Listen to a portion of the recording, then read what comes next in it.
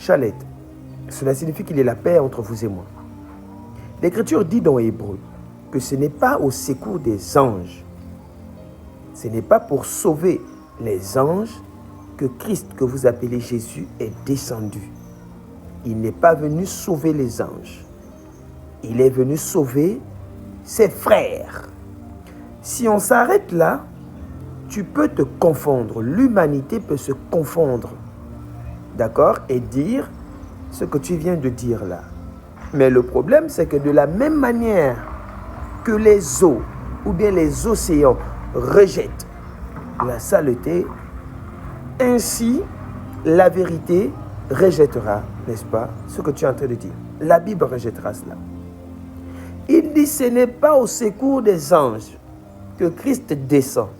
Il n'est pas venu sauver les anges, mais il est venu sauver ses frères. Je dis, si je m'arrête là, tu peux dire ça, mais l'Écriture va te rejeter.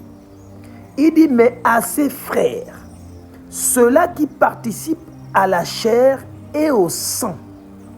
Ici, on est en train d'entrer dans des alliances claniques, tribales. On dit ceux qui participent à la chair et au sang, pour enlever l'ambiguïté des pasteurs généralistes qui veulent toujours s'inclure dans des prophéties qui sont propres à un peuple.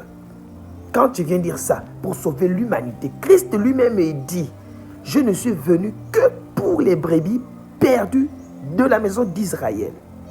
Je vais continuer avec le verset de Hébreu.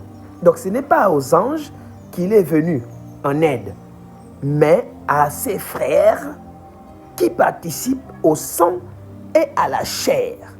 L'Écriture continue encore pour que tu ne te... Tu vois, non?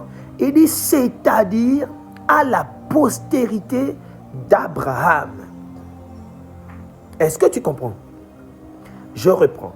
Ce n'est pas aux anges qu'il est venu. Il n'est pas venu sauver les anges, mais à ses frères.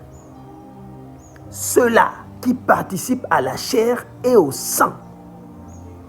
C'est-à-dire à la postérité d'Abraham. Donc tu n'es pas dedans. Tu n'as pas le sang et la chair d'Abraham. Tu n'es même pas inclus. Tu n'es pas inclus. Quand tu viens dire l'humanité, l'humanité, c'est des termes qu'il faut contextualiser. D'accord? Voilà, l'humanité là, c'est le peuple d'Israël. Tu as compris? Non. Malasquette.